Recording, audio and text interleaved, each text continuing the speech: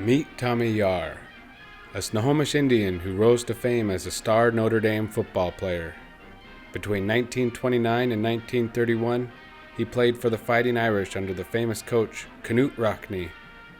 Tommy was born December 4th, 1908, in the tiny Olympic Peninsula town of Dabob, just south of Chimacum, Washington. He was brought up in a family with strong Indian roots. His mother, Josephine, was the daughter of Boda Strand, a well-known and respected basket maker among the Snohomish.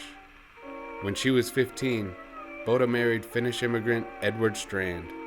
She lived at Tulalip for a time after her husband died in 1910. Then Boda went to Chimacum to be with her family.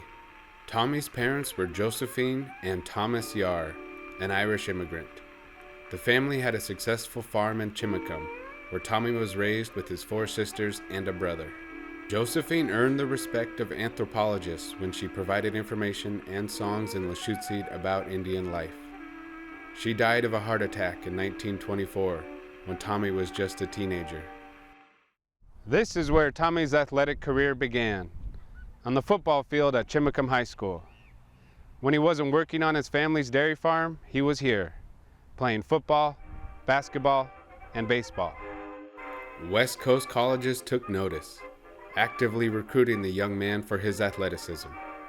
But then the University of Notre Dame came calling, and the opportunity to play for Knute Rockne of Let's Win One for the Gipper fame. Tommy was recruited as part of Rockne's national recruiting system, using fans and alumni to find the best players. He was sponsored by another local athlete, Maurice Sterrett, a Notre Dame track star. Notre Dame's football team provided folk heroes and opportunities for middle-class Irish Catholics. Although Thomas Yarr was a Snohomish Indian, he was also the son of an Irish immigrant. He fit well into the team's profile.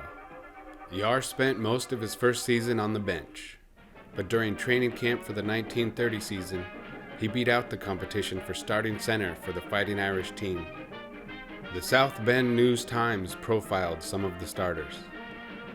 The article states that Yarr had plenty of fight and courage due to his Indian ancestry, but being the son of an Irishman gave him his great wit and the ability to make friends.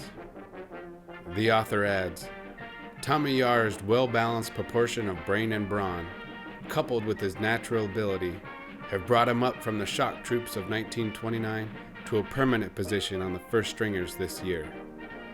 The Irish played their first game of the 1930 season against Southern Methodist University.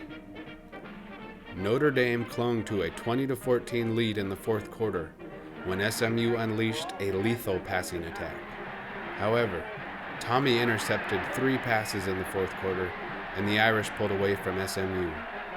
The Notre Dame Scholastic reported, Tommy Yarr's work was great on pass defense.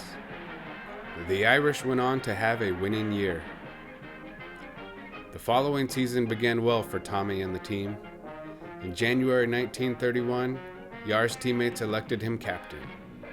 His teammates affectionately called him Chief. 2 months later, events turned tragic. On March 31st, Coach Knute Rockne died when his plane crashed in an ice storm in Kansas. Notre Dame and Americans mourn the passing of the coach and legend. The team felt his loss deeply. He was replaced with co-coaches Hunk Anderson and John Chavini. When asked about the upcoming 1931 season as team captain, Tommy answered in one sentence, "We will be ready when the time comes." It was a tough season. The day before Notre Dame played Northwestern, Tommy Yarr broke his left hand during tackling drills. He played the game in a cast. Using grit and determination, he went to work, recovering a fumble and intercepting a pass. They went on to win the game, and Literary Digest named Tommy Yarr to its All-American team. 1 month later, in February 1932, Tommy married his sweetheart, Rosemary Colleen, who newspapers glowingly described as a Chicago society girl. These were the Great Depression years, but Yarr's football experience, fame, and education secured him a job in 1932 as an assistant Notre Dame head football coach. he was able to provide a livelihood for his young family. The next year, Yarr played professional football for the Chicago Cardinals. He shared center position with his old teammate, Thomas Moynihan, but didn't get much playing time. In 1934, he found a coaching job at John Carroll University in Cleveland. After 2 years, he decided to retire from football and went to work for a loan company in Chicago. On Christmas Eve, 1941, Yarr died of a heart attack in his office. Years earlier, it was a heart attack that took his mother.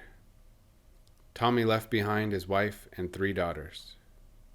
A newspaper covering Yarr's death in 1942 states, "Yarr was one of a great line of All-American centers at Notre Dame," and goes on to say, "He rates with the great players of Notre Dame history." This about a young Snohomish man from the Olympic Peninsula, someone who showed that with hard work and determination, stereotypes could be overcome. Many newspaper editors didn't get it right back then, but Tommy Yarr did. Today, Yarr is a member of the College Football Hall of Fame. He graduated magna cum laude. Tommy Yarr is remembered as one of the greats.